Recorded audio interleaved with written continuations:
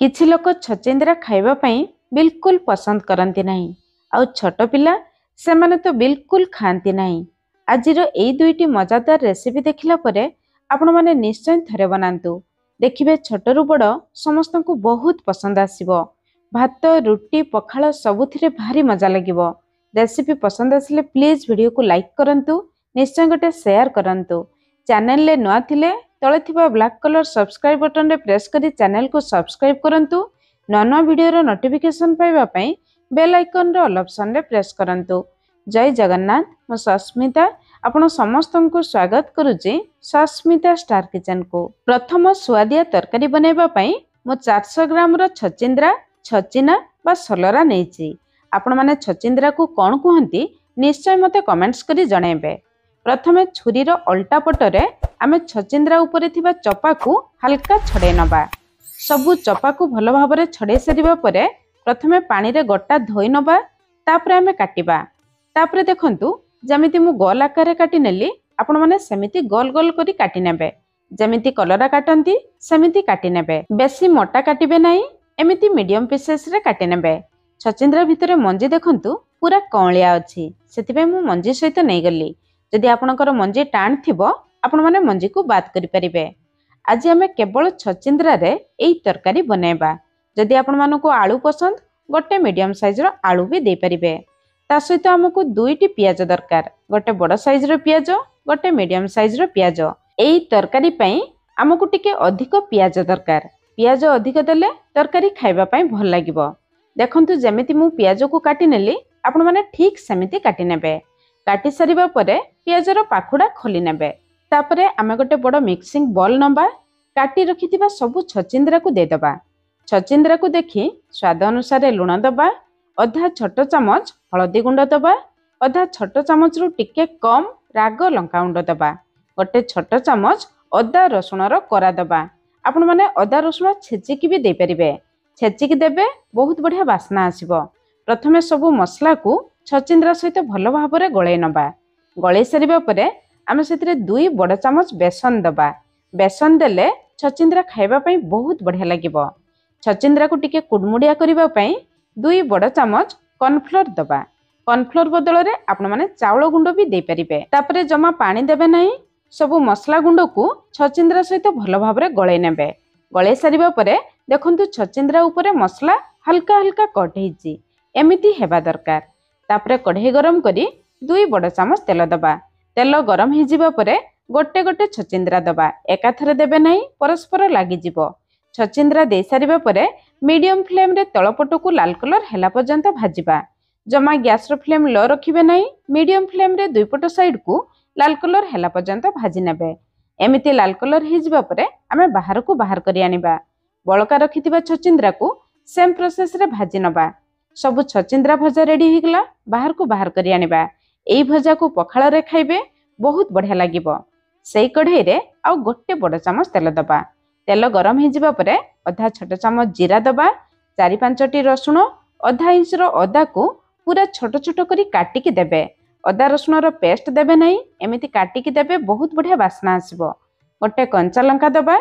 अदा रसुण को केवल गोटे मिनिट पर्यंत मीडियम फ्लेम रे आमे हल्का भाजिबा, बेसी पड़िबे नाही। पियाज दे सारिबा परे मीडियम फ्लेम रे केवल 2 मिनिट पर्यंत हल्का भाजिबा। पियाज को आमे बेसी पड़िबा नाही किंबा बेसी लाल कलर करिबा नाही। पियाज रो कंचा बासना जिबा पर्यंत आमे हल्का भाजी नबा। तापरे गोटे मीडियम साइज रो टमाटो दबा। पियाज को जेमिति लंबा पतला आकार काटी थिले टमाटो को सेमिति काटिकी दबा। तरकारी देखिबा पई सुंदर लागिबो। एबे पियाज टमाटो को देखि स्वाद अनुसार लुण दबा। छचिंद्रा पई छचिंद्रा भाजिबा समय लुण देथिले। आधा छोट चामच रु टिके कम हळदी गुंड, आधा छोट चामच रु टिके कम राग लंका गुंड, गोटे कंचा लंका भी देथिले। आधा छोट चामच जीरा गुंड, गोटे छोट चामच धनिया गुंड टिके अधिक देबे। आधा छोट चामच रु टिके कम गरम मसला गुंड दबा। जेहेतु मो घर तैयारी गरम मसला गुंड देली, आपण मार्केट किना गरम मसला गुंड दउथिले आधा छोट चामच देबे। मसला गुंड दे सारिबा परे गैस रो फ्लेम लो रखी 2 मिनिट पर्यंत पियाज टमाटो सहित मसला को आमे मिसै नबा। 2 मिनिट परे एटी देखंतु टमाटो हमर सॉफ्ट हे आसलानी। एबे आमे भाजी रखिथिबा छचिंद्रा को दे दबा। छचिंद्रा को सब मसला सहित भलो भाबरे मिसै नबा। एबे आमे गैस रो फ्लेम लो मीडियम रखी 2 ରୁ 3 ମିନିଟ୍ କଭର କରିବା, ଯାହାଦ୍ୱାରା ସବୁ ମସଲାର ଫ୍ଲେଭର ଛଚିନ୍ଦ୍ରା ଭିତରକୁ ଆସିଯିବ, ଛଚିନ୍ଦ୍ରା ବି ଆଉ ଟିକେ ସିଝିଯିବ। 3 ମିନିଟ୍ ପରେ ଏଠି ଆମ ତରକାରୀର ଫାଇନାଲ ଲୁକ୍ ଦେଖନ୍ତୁ। ତରକାରୀ କେତେ ସୁନ୍ଦର ଦେଖାଯାଉଛି। ସବୁ ମସଲା ଛଚିନ୍ଦ୍ରା ସହିତ ପୁରା ଲଟପଟ ହେଇଯାଇଛି। ଆପଣମାନେ ଏମିତି ବନେଇ ଭାତ, ପଖାଳ, ରୁଟି ସବୁଥିରେ ଖାଇପାରିବେ। କିନ୍ତୁ ଛୁଆମାନେ ଖୁସିରେ ଖାଇବା ପାଇଁ ଆମେ ଶେଷରେ 2 ଚାମଚ ଟମାଟୋ ସସ୍ ବା ଟମାଟୋ କେଚପ୍ ଦେଇଦେବା। ଅଳ୍ପ କଟା ହେଇଥିବା ଧନିଆ ପତ୍ର ଦେବା। ସବୁ ଜିନିଷକୁ ଭଲ ଭାବରେ ଗୋଳେଇ ନେବା। ଶେଷରେ 2 ଚାମଚ ଟମାଟୋ ସସ୍ ଦେଲେ ଏହି ତରକାରୀର ଟେଷ୍ଟ ପୁରା ଚିଲି ପରି ଆସିବ, ଯାହାଦ୍ୱାରା ପିଲାମାନେ ଖୁସିରେ ଖାଇନେବେ। ଆପଣମାନେ ଏହି ତରକାରୀର ନାମ କ'ଣ ରଖିବେ ନିଶ୍ଚୟ ମୋତେ କମେଣ୍ଟସ୍ କରି ଜଣାଇବେ। ଏବେ ଚାଲନ୍ତୁ ବନେଇବା ଆଉ ଗୋଟେ ସୁଆଦିଆ ତରକାରୀ। ଏହି ତରକାରୀ ପାଇଁ ମୁଁ ଗୋଟେ ମିଡ଼ିୟମ ସାଇଜର ଛଚିନ୍ଦ୍ରା ନେଇଛି। ପାଖାପାଖି 250 ଗ୍ରାମର ଛଚିନ୍ଦ୍ରା ଆପଣ କମ୍ ବେଶୀ କରି ନେଇପାରିବେ। ପ୍ରଥମେ ଛଚିନ୍ଦ୍ରା ଉପରେ ଥିବା ଚୋପାକୁ ବାହାର କରିନେବା। ଗୋଟା ପାଣିରେ ଧୋଇ ଆଣିବା। ତାପରେ ଦେଖନ୍ତୁ ଯେମିତି ମୁଁ ଛୋଟ ଛୋଟ ପିସେସରେ କାଟି ନେଲି ସେମିତି କାଟି ନେବେ।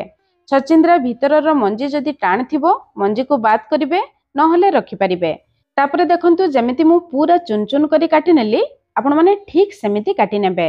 ଯେତେ ଛୋଟ କାଟିବେ ତରକାରୀରେ ଖାଇବା ପାଇଁ ଭଲ ଲାଗିବ। ଆପଣ ଚାହିଁଲେ ଛଚିନ୍ଦ୍ରାକୁ କରୋଣାରେ କରି ନେଇପାରିବେ, କିନ୍ତୁ ଯଦି ଛଚିନ୍ଦ୍ରାକୁ କରିଦେବେ ଛଚିନ୍ଦ୍ରାରୁ ବହୁତ ପାଣି ବାହାରିବ। ଏବେ ଏହି ଛଚିନ୍ଦ୍ରାକୁ ଆମେ ଗୋଟେ ବଡ଼ ମିକ୍ସିଂ ବୋଲକୁ ଦେବା। ସେଥିରେ ଗୋଟେ ଖାସ୍ ମସଲା ଦେବା। ଗୋଟେ ମୁଠା ବୁଟ ଡାଲି, ଗୋଟେ ମୁଠା ଅରୁଆ ଚାଉଳ, ତା ସହିତ ଗୋଟେ ଛୋଟ ଚାମଚ ଜିରାକୁ ମୁଁ 3 ଘଣ୍ଟା ହେଲା ପାଣିରେ ବତୁରେଇ ନେଇଥିଲି। ସବୁ ଜିନିଷ ଭଲ ଭାବରେ ବତୁରି ଯାଇଛି। ବୁଟ ଡାଲି ଚାଉଳକୁ ବାଟିକି ଦେଲେ ଏହି ତରକାରୀର ଟେଷ୍ଟ ବହୁତ ବଢ଼ିଆ ଆସିବ। ଏବେ 2-3 ଚାମଚ ପାଣି ଦେଇ ଆମେ ଚିକଣ ଭାବରେ ବାଟି ଆଣିବା। ଏହି ପିଠଉକୁ ନେଇ ଆମେ କାଟି ରଖିଥିବା ଛଚିନ୍ଦ୍ରାରେ ଦେବା। ପ୍ରଥମେ ଅଳ୍ପ ଦେବା, ବଳକା ପିଠଉ ରଖିଥିବା ପରେ ଦେଖିକି ଦେବା। ଅଧା ଛୋଟ ଚାମଚରୁ ଟିକେ କମ୍ ହଳଦୀ ଗୁଣ୍ଡ, ଅଧା ଛୋଟ ଚାମଚରୁ ଟିକେ କମ୍ ରାଗ ଲଙ୍କା ଗୁଣ୍ଡ, ଗୋଟେ ଛୋଟ ଚାମଚ ଅଦା ରସୁଣର ଛେଚା, 4-5ଟି ରସୁଣ, ଅଧା ଇଞ୍ଚରୁ ଟିକେ କମ୍ ଅଦାକୁ ଛେଚିକି ଦେବେ। ଗୋଟେ କଞ୍ଚା ଲଙ୍କା ଦେବା। ଛୁଆ ଖାଉଥିଲେ ଆପଣମାନେ ସ୍କିପ୍ କରିବେ। ଗୋଟେ ମିଡ଼ିୟମ ସାଇଜର ପିଆଜ ଦେବା। ପିଆଜକୁ ପୁରା ଛୋଟ ଛୋଟ କରି କାଟିକି ଦେବେ। ଯଦି ପିଆଜ ରସୁଣ ଖାଉନଥିବେ ଆପଣମାନେ ସ୍କିପ୍ କରିବେ। ଯଦି ଆଳୁ ଦେବା ପାଇଁ ଚାହିଁବେ ଗୋଟେ ଛୋଟ ସାଇଜର ଆଳୁ ଦେବେ।